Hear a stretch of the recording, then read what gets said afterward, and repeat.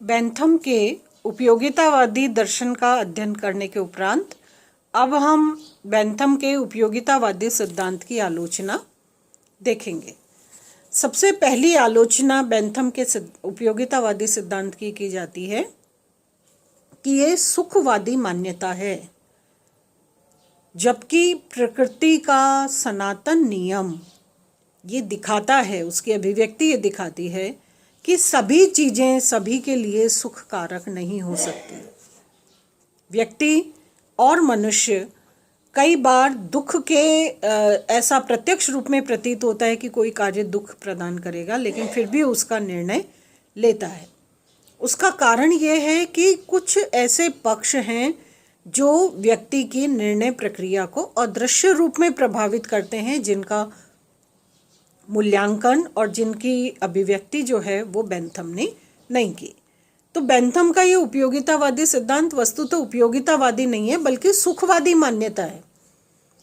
और ये बहुत ही एक प्रकार से प्रत्यक्ष रूप में सिर्फ ऊपरी आकलन पर, एक सैद्धांतिक विवरण पर आधारित है, जिसको आलोचक पूरी तरह से स्वीकार नहीं करते।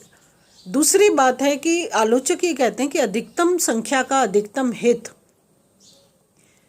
ये कल्याणकारी नहीं है। लोकतांत्रिक परिवेश में सर्वजन हिताय सर्वजन सुखाय इस प्रकार की नीति का निर्धारण औचित्य पर आधारित होता है। अधिकतम का अधिकतम सुख असंगत है, और सुख की जिस प्रकार की परिधि है उसमें ये बात असंगत और असंभव इसलिए भी लगती है कि एक साथ अधिकतम लोगों का हित किसी इस रूप में कि वो परस्पर एक दूसरे से ना टकराए वस्तुतः संभव नहीं है। तो ये सिर्फ एक संख्यात्मक दर्शन है। आलोचक ये कहते हैं कि अधिकतम का अधिकतम सुख असंगत है। अगर लोकतांत्रिक परिवेश में बात की जाती है तो सर्वजन हिताय सर्वजन सुखाय की नीति होनी चाहिए। यदि मानवतावादी आधार पर भी विश्लेषण किया जाता है तो भी यही नीति होनी चाहिए। अधिकतम का अधिकतम सुख असंगत है, जिसकी पूर्ति और प्राप्ति व्यवहारिक रूप से संभव नहीं लगती। तीसरी इस बेंथम के उपयोगितावादी सिद्धांत की आलोचना की जाती है कि सुख जो है वो भौतिक नहीं होता, ये एक मानसिक संतोष का भाव है। तो जो चीज़ मानसिक रूप से, मनोवैज्ञानिक रूप से अभिव्यक्त होती है, उसकी गणना किया जाना वस्तुतः संभव नहीं है, या उसी इंटेंसिटी के साथ या उसी भाव के साथ उसको गणना में मार्क्स देना या उसका निर्धारण करना, मापन करना वस्तुतः संभव नहीं है। तो सुख भौतिक नहीं होता, ये मानसिक और मनोवैज्ञानिक होता है, जिसकी तरफ बेंथम ने बहुत ज़्यादा ध्यान नहीं दिया। चौथी इसकी आलोचना बेंथम के उपयोगितावादी सिद्धांत की जाती है कि इसमें बेंथम ने सुखों के गुणात्मक स्तर की उपेक्षा की है। मनुष्य होने के नाते श्रेष्ठता और उत्कृष्टता के जो आधार आवश्यक हैं, वांछनीय हैं, उन आधारों को बेंथम ने स्वीकार ही नहीं किया।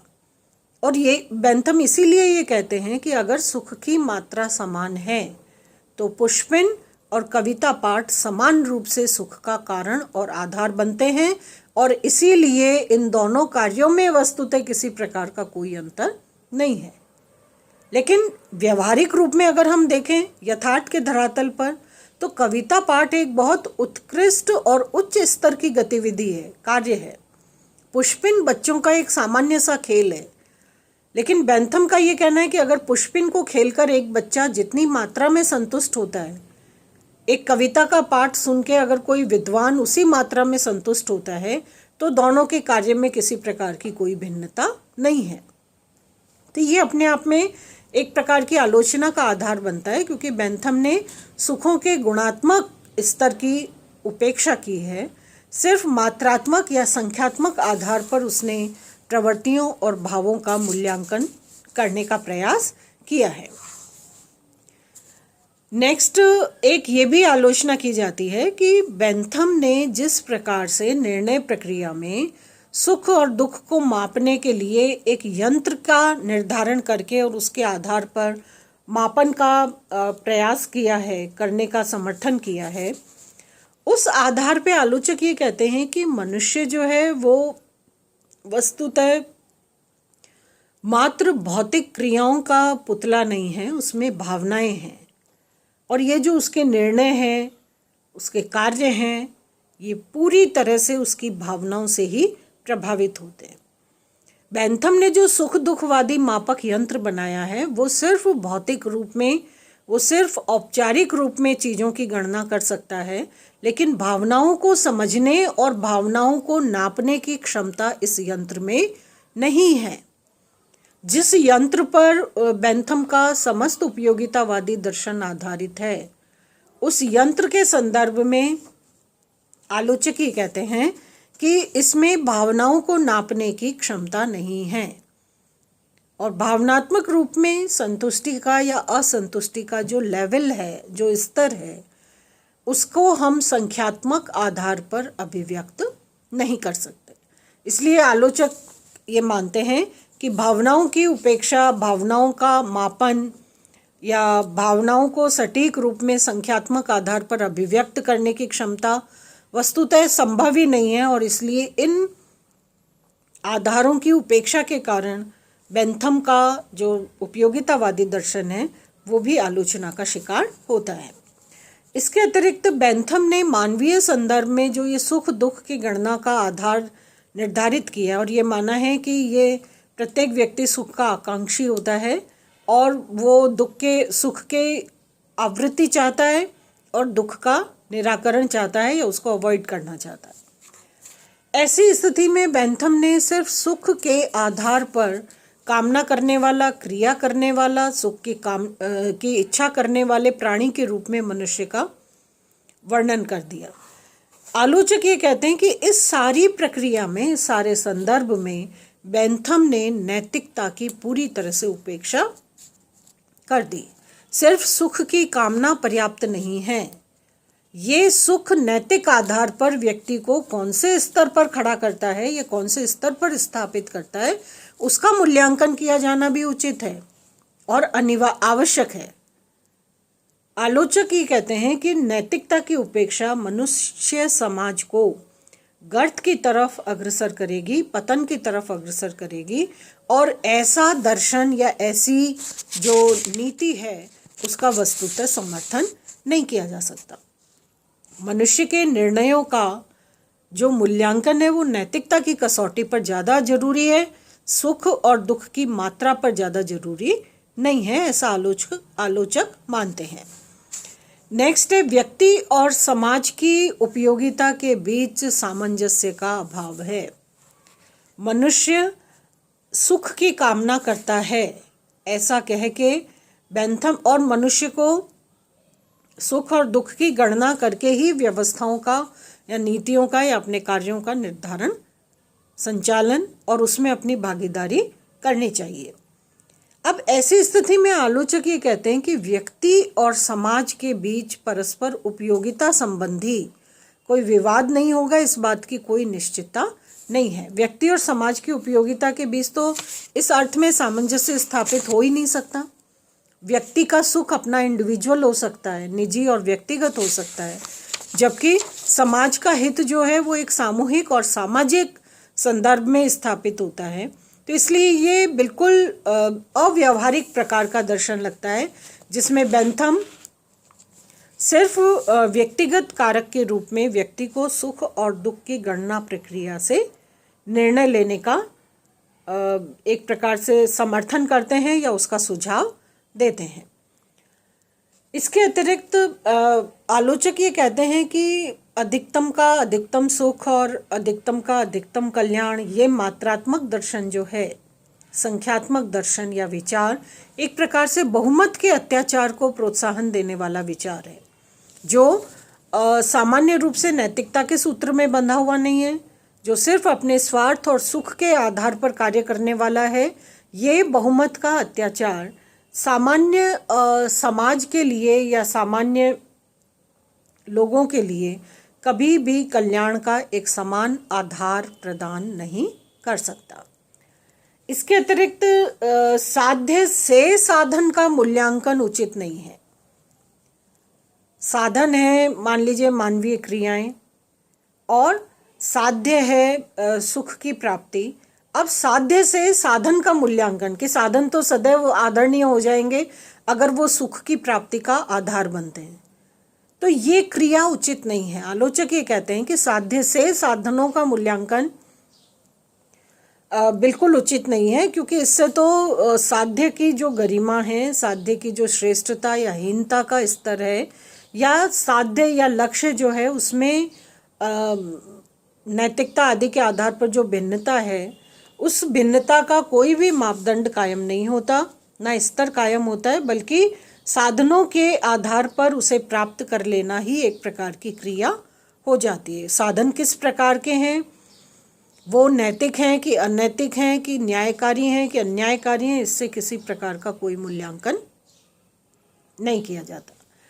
फिर यह सिद्धांत अमनोवैज्ञानिक है, क्योंकि मनोविज्ञान इस बात का समर्थन करता है कि कुछ कार्य जो व्यक्ति को भावनात्मक रूप से संतुष्टि प्रदान करते हैं, सैद्धांतिक रूप में देखने में वो दुख का कारण लगते हैं, लेकिन अंततः वो व्यक्ति को मनोवैज्ञानिक संतुष्टि के आधार पर एक परम सुख का आभास करवाते हैं।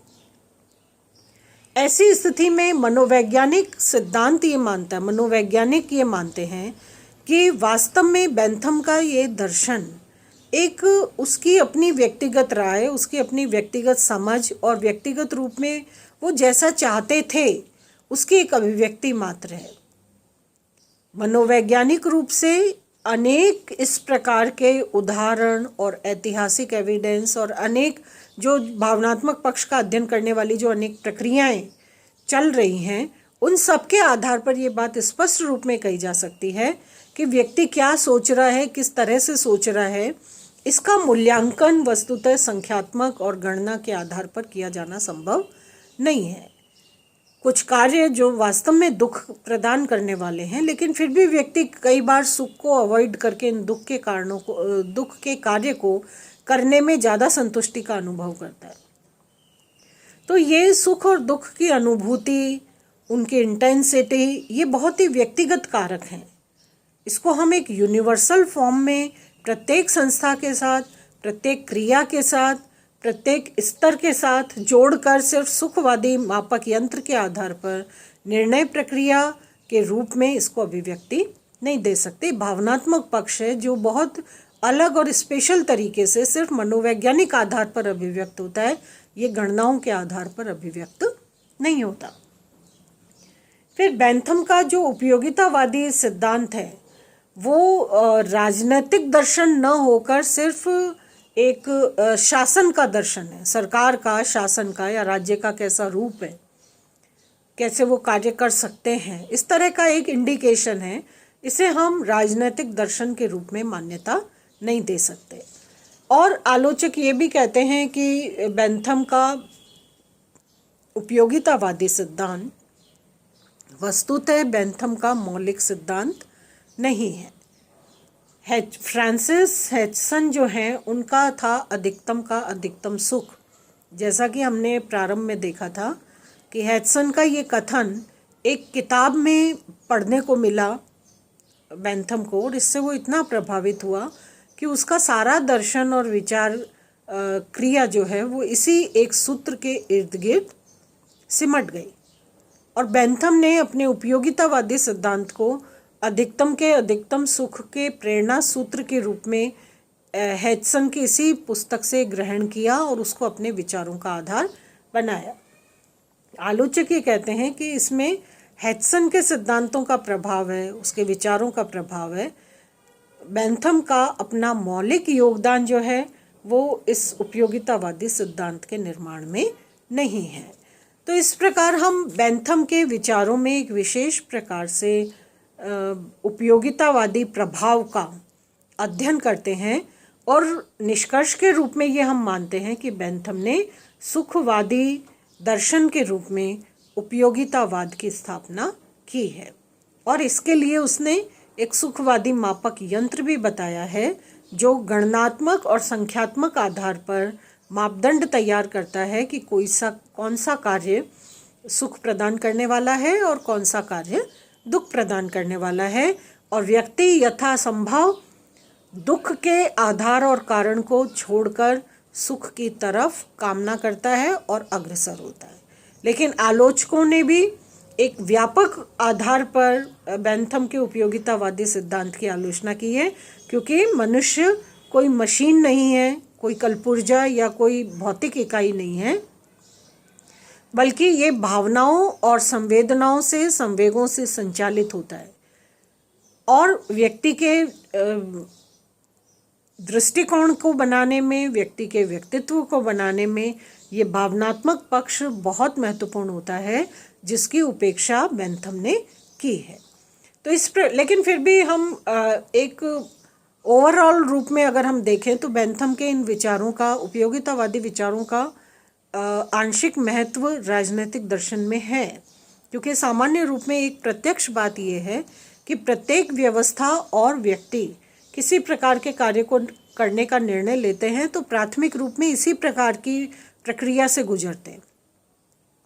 बेंथम के उपयोगितावादी सिद्धांत के साथ साथ बेंथम के जो राजनीतिक दर्शन, संप्रभुता संबंधी सुधार, दंडात्मक और न्याय व्यवस्था में सुधार संबंधी जो अन्य विचार हैं वो भी बेंथम की उपयोगिता को सिद्ध करते हैं। धन्यवाद।